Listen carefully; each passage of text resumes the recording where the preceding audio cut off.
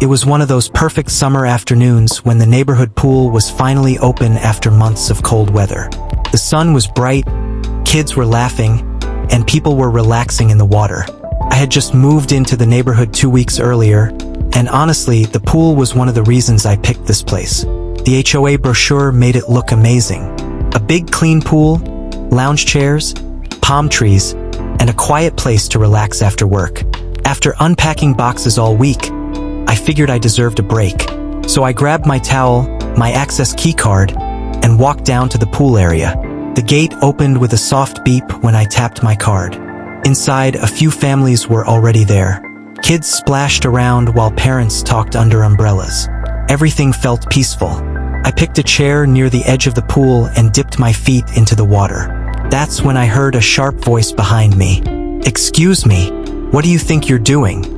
I turned around and saw a woman standing near the gate. She looked to be in her late 40s, wearing oversized sunglasses and holding a clipboard like she was running the place.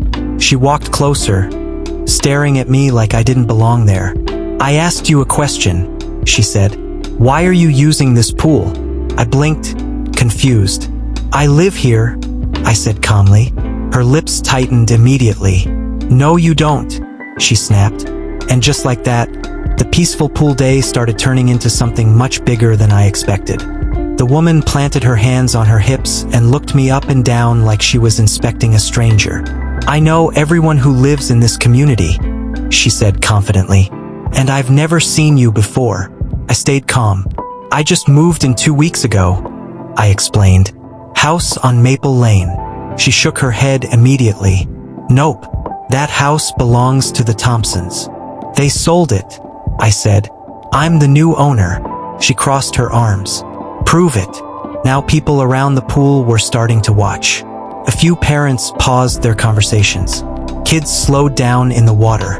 I pulled my wallet out and showed her the HOA pool access card. "This came with the house." She barely looked at it. "That doesn't mean anything," she said quickly. Then she leaned closer. "You probably borrowed it." At this point, I realized exactly what kind of person I was dealing with. Every neighborhood has one. The self-appointed rule enforcer. The person who thinks the HOA badge makes them the mayor of the entire street. "I'm not borrowing anything," I said calmly. "I live here." Her voice suddenly got louder. "Well, you're not supposed to be here unless you're a verified resident." "I am a resident." She pointed toward the pool gate. "You need to leave." Now I was getting annoyed. "No." Her face turned red. "Oh, you're leaving," she said. "Or I'm calling the police." Most people would probably leave just to avoid the drama. But I had done absolutely nothing wrong. So I stayed in my chair. She pulled out her phone dramatically. "You're trespassing on private HOA property," she announced loudly for everyone to hear. A couple of kids stopped swimming completely. Parents started whispering. Then she dialed. "Yes, hello?" she said into the phone. "I need police at the Willow Creek community pool." She paused and gave me a smug look.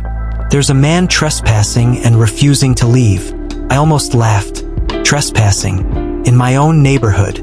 When she hung up, she stood there with her arms crossed like she had just won something. "Police are on their way," she said proudly. I shrugged. "Okay." That answer seemed to confuse her. "You're not worried?" "Not really." She walked around the pool telling everyone the story. "He broke in here," she said loudly. "Probably stole someone's key card." One older neighbor frowned at her. "I think I saw him moving into the Maple Lane house last week." Karen immediately dismissed him. "No, you didn't." 10 minutes later, a police car slowly rolled into the parking lot outside the pool gate. Karen straightened up like she was about to give a speech. 2 officers walked through the gate and approached us. Karen rushed toward them immediately. "Officers, thank goodness you're here," she said. She pointed straight at me. "That man broke into our private pool and refuses to leave." One officer looked at me. "Sir, do you live here?" "Yes," I said. "House on Maple Lane." Karen laughed loudly. "That house belongs to someone else. The previous owners sold it," I replied. The second officer looked thoughtful. "Do you have ID?" I handed him my driver's license. Karen crossed her arms again. He probably forged the address. The officer raised an eyebrow at that. Then he looked around the pool area and noticed something on the building wall. A security camera. Does this pool have recorded footage? He asked. One of the neighbors spoke up. Yes, the HOA installed cameras last year. Karen's confident smile suddenly faded just a little. The officers asked the HOA office manager to unlock the storage room where the security monitor was located. A few minutes later, we were all standing inside watching the video. The footage was crystal clear. It showed me entering the gate normally using my access card. Then it showed Karen walking up to me, starting the argument, pointing at me, threatening me, calling the police. The room went quiet. The officer slowly looked toward Karen. So, he didn't break in. Karen tried to speak. Well, I thought. And he didn't cause a disturbance, the officer continued. Karen opened her mouth again, but no words came out. The officer turned toward Karen. Ma'am, filing a false report can be a serious issue. Her confident attitude had completely disappeared. I was just protecting the community. The officer nodded slowly. Next time you might want to verify something before calling the police. Outside, the neighbors were waiting to hear what happened. When the officers explained the situation, a few people shook their heads. One dad even laughed. Karen avoided eye contact with everyone. She grabbed her clipboard and walked out of the pool area without saying another word. After that day, things around the neighborhood changed. Karen stopped patrolling the pool. She stopped questioning people.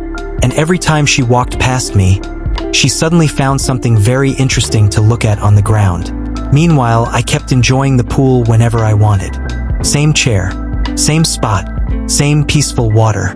The only difference was that now everyone in the neighborhood knew something important. Sometimes the loudest person in the room thinks they run everything, until the cameras show the truth.